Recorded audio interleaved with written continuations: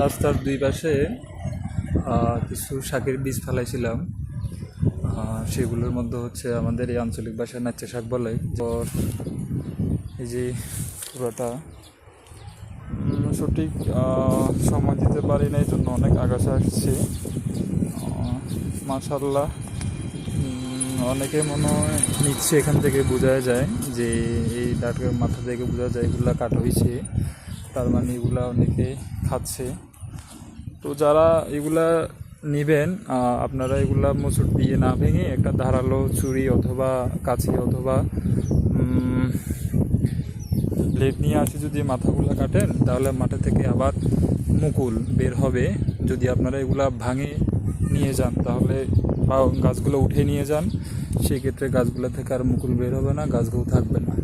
একবার খাওয়ার পরে এই শাকগুলো বারবার খাওয়া যায়, এটা একটা সুবিধা। রাস্তার পাশে মোটামুটি পুরো একটা জায়গায় এরকম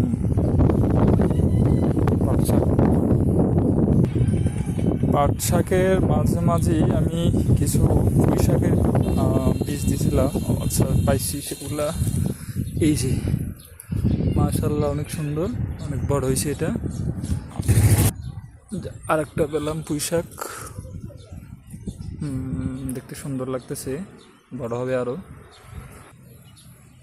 রাস্তার দুই পাশে এরকম সারি সারি পাট শাক দেখে খুবই ভালো লাগছে। এই যে আরেকটা পুঁই শাক, আমি আরেকটা বীজের চারা খুঁজতেছি। আমি নিজের জন্য কিছু শাক নিলাম দুপুরে খাওয়ার জন্য। খুব ফ্রেশ, একদম অর্গানিক, কোনো রকম সার অথবা কোনো কিছু দেওয়া হয় না এগুলোতে, শুধুমাত্র প্রাকৃতিক বৃষ্টির পানিতে এগুলো বড় হয়েছে, মাটি আর পানি। আমি আরেকটা যে শাক খুঁজতেছি সেটা হলো এই মাইরা গাছ, যেটাকে আমরা ডাঁটা শাক বলি। খুবই সুন্দর, অনেক বড় হয়েছে। এই মাইরা শাকগুলো এখানে আরও বড় বড় মাইরা শাকগুলো। আমি আমার জন্য কিছু নিয়ে নিলাম।